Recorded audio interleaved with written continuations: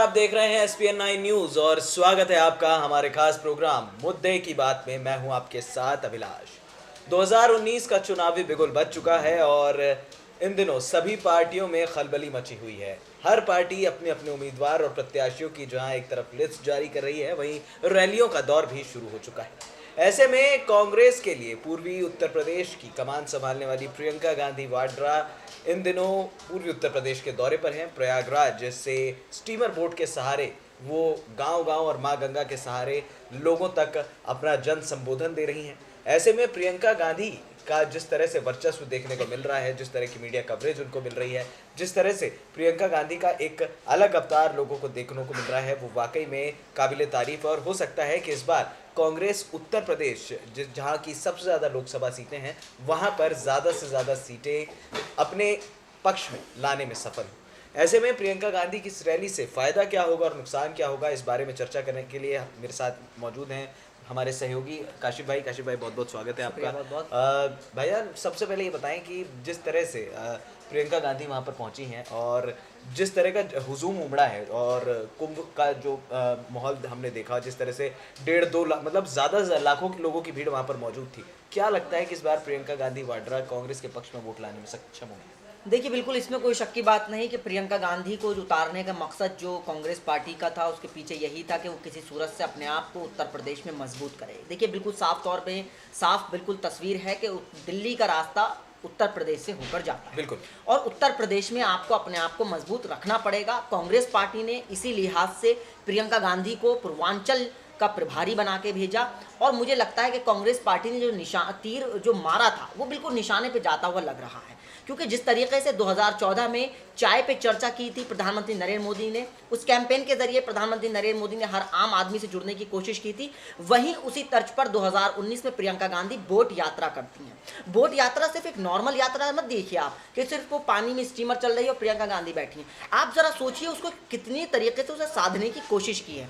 सबसे पहले उन्होंने पूरे देश को और दुनिया को ये बताया कि प्रधानमंत्री की नमामि गंगा जो प्रोजेक्ट था, गंगा साफ हो गई है। प्रधानमंत्री नरेंद्र मोदी दावे वादे करते थे, उन्होंने देश को बताया कि देखिए गंगा साफ नहीं हुई। दूसरी बात, 8% वोट उत्तर प्रदेश में मल्लाहों का है। वो अपनी तरह देखिए, कभी भी ऐसा नहीं होता कि आप जो एक परिपक्व नेता होता है वो हमेशा उन वोटर्स को पर नज़र रखता है जिनको कोई नहीं पूछता। मल्लाहों को कभी नहीं पूछा गया उत्तर प्रदेश में, लेकिन प्रियंका गांधी ने आते ही उन पर निशाना साधा और 8% वोट अपनी तरफ कर लिया। हालांकि वो पड़ेगा नहीं, वो बात की बात है, लेकिन मल्लाहों को उन्होंने पूछा। तीसरी बात, इसका सबसे बड़ा जो धार्मिक असर आप देखेंगे, जिस तरीके से लगातार बीजेपी कांग्रेस पर निशाना साधती रहती थी कि भाई आप जो है वो हिंदुओं की राजनीति नहीं करती हैं और बीजेपी जो है वो असली हिंदू पार्टी है, हिंदुत्व का एजेंडा आगे लेकर चलती है। कांग्रेस पार्टी ने उसका पहले राहुल गांधी ने किया, मंदिर दर्शन किया। राहुल गांधी के बाद अब प्रियंका गांधी ने सीधा पूर्वांचल में अपना सबसे पहला कदम रखा। उन्होंने लेटे हुए हनुमान जी की पूजा की, उसके बाद बनारस घाट। तो हिंदू परंपराओं में, हिंदू धर्म में आपसे बेहतर कौन ज़्यादा जान सकता है, आप जो है वो बहुत करीब से जानते हैं उन सब प्रतिभाओं को, कि अगर कोई भी आस्था का मामला जुड़ जाता है तो वो फिर वो दिल के करीब हो जाता है आदमी। तो मुझे लगता है कि प्रियंका गांधी की वोट यात्रा बिल्कुल इस वक्त बीजेपी के लिए नींद उड़ी हुई है और बीजेपी के लिए बड़ी मुश्किल ज़्यादा खड़ी कर सकती है। बिल्कुल, बीजेपी की नींद तो उड़ा दी है प्रियंका गांधी वाड्रा ने। जिस तरह से लखनऊ में वो पधारी थी और लखनऊ में एक आम यात्री की तरह यात्रा करके वो इंडिगो फ्लाइट से आई थी और साफ था कि वो युवा वर्ग को अपनी तरफ आकर्षित करने का या खींचने का पूरी तरह से मन बना चुकी हैं। और उसके बाद जिस तरह से स्टीमर बोट के सहारे, बिल्कुल सही कहा भाईजान ने, हो सकता है कि जो बीजेपी का जो प्रोजेक्ट है उसकी असलियत जो है कहीं ना कहीं उन्होंने दिखा दी है। और उन्होंने साफ तौर पर ये कहा था कि माँ गंगा के सहारे उत्तर प्रदेश है और माँ गंगा के सहारे मैं भी हूँ। तो कहीं ना कहीं प्रियंका गांधी वाड्रा ने वही चाल चली है जो साल 2014 में प्रधानमंत्री नरेंद्र मोदी ने चली थी। उन्होंने भी यही कहा था कि माँ गंगा ने बुलाया है और मैं जो है यहाँ से चुनाव लड़ूंगा, मैं लोगों का भला करूंगा।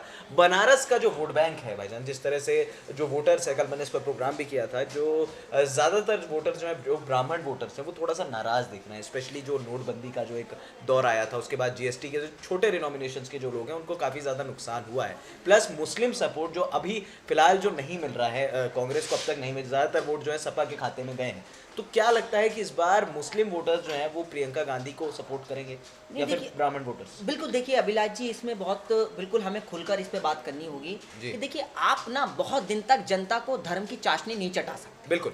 बीजेपी 2014 में आई, 2014 के बाद से लगातार ऐसे ऐसे मुद्दों पर बातें हुई, ऐसी ऐसी बातें निकल कर सामने आई जिसका कोई मतलब नहीं बनता। देखिए, चाहे वो ब्राह्मण हो, चाहे वो मुस्लिम हो, या कोई भी जो है वो बनिया समाज से हो। जी। देखिए, जब तक रोजगार और पेट में अन्न नहीं होगा, बाकी सारी बातें बाद में हो जाती हैं। बिल्कुल। देखिए, आपने क्या करा कि आपने जो मूल मुद्दे थे, जो मजबूत मुद्दे थे, जो सबको एक चीज से की जरूरत थी, आपने उस पर झूठे आंकड़े दिए। आपने उठा के नोटबंदी कर दी। आरबीआई ने आपको मना किया था कि नोटबंदी मत कीजिए, लेकिन आपने नोटबंदी कर दी। आप जीएसटी लेकर आए, जिस पे अभी तक जो है वो बनिया समाज और जो कारोबारी लोग हैं वो परेशान है कि क्या करें। तो आपने जो चीज़ें लेकर आए उससे लोग नाराज थे, लेकिन आप क्या करते रहे? आप सिर्फ ये दिखाते रहे कि देखिए राम मंदिर, चलिए राम मंदिर पे बात आई तो आप राम मंदिर पे भी आपने कह दिया कि भाई हम जो है वो जो कोर्ट फैसला करेगा। जब कोर्ट को ही फैसला करना है तो फिर आपने वोट क्यों मांगा था? बिल्कुल। 2014 में आपने मैनिफेस्टो में क्यों लिखा था कि हम मंदिर बनवाएंगे जब कोर्ट को फैसला लेना? तो इससे जो है वो चाहे ब्राह्मण हो, चाहे बनिया हो, या फिर मुस्लिम समाज हो, वो ये सब चीज़ों को समझ गए। और मुझे लगता है कि आने वाले वक्त में लोगों को यही लगता है कि कांग्रेस पार्टी उनके लिए बेहतर ऑप्शन है, कि कांग्रेस पार्टी बुरा करती है लेकिन मध्यवर्गीय लोग जो है वो परेशान नहीं रहे। कांग्रेस पार्टी का जो मध्य वर्ग को एकदम परेशान करने का नहीं रहता एजेंडा। हालांकि उनके बड़े बड़े घोटाले होते हैं उनके पार्टी के, लेकिन जो आम आदमी जो होता है वो कम से कम इन परेशानियों से बचा रहता है। बिल्कुल, आम आदमी जो है इन परेशानियों से बचा रहता है, ये बात बिल्कुल सही है, क्योंकि जो मिडिल क्लास के जो लोग हैं वो कांग्रेस के काल में जो है उतना ज़्यादा परेशान नहीं हुए। अभी बीजेपी के काल में भी अमीर और अमीर ही हो रहे हैं, गरीब का कुछ बहुत ज़्यादा नुकसान या फिर फ़ायदा नहीं हो रहा है, और जो मेन जो पिट रहा है, जो परेशान हो रहा है, वो मध्य वर्ग है।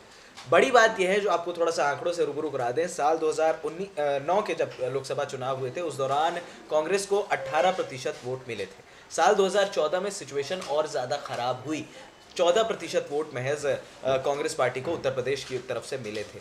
तो साल 2019 में प्रियंका गांधी के यहाँ जाने से जिस तरह से हम देख रहे हैं पूरी रैली को कवरेज मिल रही है, बहुत ज़्यादा टीआरपी मिल रही है, तो क्या साल 2019 में 80 सीटों का जो जादुई आंकड़ा है, और या फिर 80 में से आप 40 सीटों का भी जो जादुई आंकड़ा है, अगर आप वहाँ तक पहुँचते हैं तो क्या लगता है 40 सीटें पहुँच सकती हैं प्रियंका गांधी? देखिए, बिल्कुल इसमें बिल्कुल कह सक नहीं सकते, क्योंकि जिस तरीके से पूरे दमखम के साथ कांग्रेस पार्टी ने ऐलान किया था कि वो उत्तर प्रदेश की अकेले लोकसभा की 80 सीटों पर चुनाव लड़ेगी। हालांकि अब वो थोड़ा सा बैक में जा रहे हैं, थोड़ा सा 7 सीटें जो हैं वो कह रहे हैं कि मायावती की सीट छोड़ देंगे। हालांकि मायावती ने कहा कि हमें ज़रूरत नहीं है, आप अपनी सीटें अपने पास रखिए। तो फिलहाल ये एक अलग तरीके की राजनीति है, लेकिन कांग्रेस पार्टी का इसमें कोई दाद देनी पड़ेगी हमें कि कैसे कांग्रेस पार्टी ने जो बिल्कुल वेंटिलेटर पर उत्तर प्रदेश में, जिसका 27 साल से ज़्यादा जो है वो सत्ता में नहीं रही यूपी की, नारा था 2017 में 27 साल यूपी बेहाल, तो वो उसके बावजूद भी वहाँ संगठन हम देखेंगे, जिला लेवल पे देखेंगे कांग्रेस का संगठन इतने मजबूत नहीं है, और प्रदेश लेवल पे राज बब्बर कोई अभी तक कोई बड़ा करिश्मा नहीं कर पाए। लेकिन उसके बावजूद भी सिर्फ ये दम पर कि वो लोकसभा की 80 सीटों पर अकेले चुनाव लड़ेंगे, तो देखना होगा कि अब जो आप आंकड़ा बता रहे हैं कि भाई 2019 में शायद वो 30-40 तक पहुंच सकते हैं। हालांकि 2009 में 21 सीटें मेरे ख्याल से जीते थे वो लोकसभा की, लेकिन उसके बाद से हालात बहुत पतली होती चली गई। तो अब फिलहाल देखना यह है कि प्रियंका गांधी की वोट यात्रा, प्रियंका गांधी का लोगों से मिलना, ये कितना असरदार होता है, क्या वो वोट में तब्दील हो पाता है, ये देखने वाला विषय होगा। बिल्कुल, क्या वो वोट में तब्दील हो पाता है, ये देखने वाली बात होगी, क्योंकि जिस तरह से प्रियंका गांधी वाड्रा को रिस्पांस मिल रहा है लोगों का, गांव-गांव के लोग उनके साथ जुड़ रहे हैं, जो ज़मीनी हकीकत है उससे रूबरू करवा रही हैं प्रियंका गांधी वाड्रा, और कहीं ना कहीं राजनीति का ये जो नया हथकंडा है ये पूरी तरह से भारतीय जनता पार्टी को भारी पड़ सकता है। एक और सवाल भाईजान, यहाँ पर अभी तक भारतीय जनता पार्टी के 100 प्रत्याशियों की जो लिस्ट जारी होनी थी उत्तर प्रदेश के प्रत्याशी मिलाकर, तो क्या प्रियंका गांधी वाड्रा की को जो रिस्पांस मिला है यहाँ पर उत्तर प्रदेश में, क्या इस रिस्पांस को देखकर बीजेपी डर गई है, इस वजह से प्रत्याशियों का ऐलान नहीं हुआ अभी तक? नहीं, देखिए बिल्कुल अभिलाष भाई, मैं तो पहले दिन से बात बोल रहा हूँ कि जब स्मृति ईरानी ने 3-4 दिन पहले एक प्रेस कॉन्फ्रेंस की थी, उसमें जो है ज़मीन घोटाले में वो प्रियंका गांधी का नाम लेकर आई थी। उससे एक दिन पहले आपने और हमने अहमदाबाद हम लोग मौजूद थे, हमने वहाँ पे प्रियंका गांधी की स्पीच सुनी थी। तो देखिए, इस प्रियंका गांधी को लेकर सबसे बड़ी दिक्कत यह है, बीजेपी के पास कोई तोड़ नहीं। राहुल गांधी को उन्होंने बाकी चीज़ों पे घेर लिया, राहुल गांधी को वो कई चीज़ों पे घेर के ले आए, लेकिन प्रियंका गांधी एक महिला है। अगर वो प्रियंका गांधी पर सीधे अलग तरीके का कोई आरोप लगाती हैं तो महिला होने के नाते तो बीजेपी बड़ी दिक्कत में है कि आखिर प्रियंका गांधी का तोड़ कैसे लेकर आए। और देखिए, कोई भी पार्टी होती है वो किसी भी नेता का तोड़ ऐसे लेकर आती है कि उसके बराबर लाके उसके बराबर का नेता लाके खड़ा कर देती है। बीजेपी के साथ ये दिक्कत है कि उनके पास प्रियंका गांधी के लेवल का कोई नेता नहीं है, कोई महिला नेता नहीं है। जो पुरानी नेता हैं, वरिष्ठ नेता हैं, वो राजनीति से दूर होती जा रही हैं, चाहे सुषमा स्वराज हों या और बाकी नेता हों, लेकिन प्रियंका गांधी के मुकाबिल कौन है? तो बीजेपी के साथ दिक्कत यह है कि आखिर प्रियंका गांधी का तोड़ लेकर क्या है। बिल्कुल, प्रियंका गांधी का तोड़ फिलहाल भारतीय जनता पार्टी को नहीं मिल पाया है। अब देखना होगा कि बनारस में आज क्या कहर बरपाएंगी आज प्रियंका गांधी वाड्रा। जिस तरह से आज ये भी बताया जा रहा है कि 80 घाट पर जन संबोधन भी होगा और उसके बाद पता चलेगा कि आखिर उत्तर प्रदेश का जो बनारस शहर है, जो बाबा विश्वनाथ की नगरी कही जाती है, यहाँ पर किसकी सरकार बनती है या फिर राज तिलक किसका होता है। फिलहाल इस खास प्रोग्राम में इतना ही। भाईजान बहुत बहुत धन्यवाद आपका हमारे साथ बने रहने के लिए। आप हमारे चैनल SPN9 न्यूज़ को सब्सक्राइब करना मत भूलिएगा और अपनी राय हमें ज़रूर भेजें कि प्रियंका गांधी के पूर्वी उत्तर प्रदेश के में जाने से क्या कांग्रेस को फ़ायदा होगा।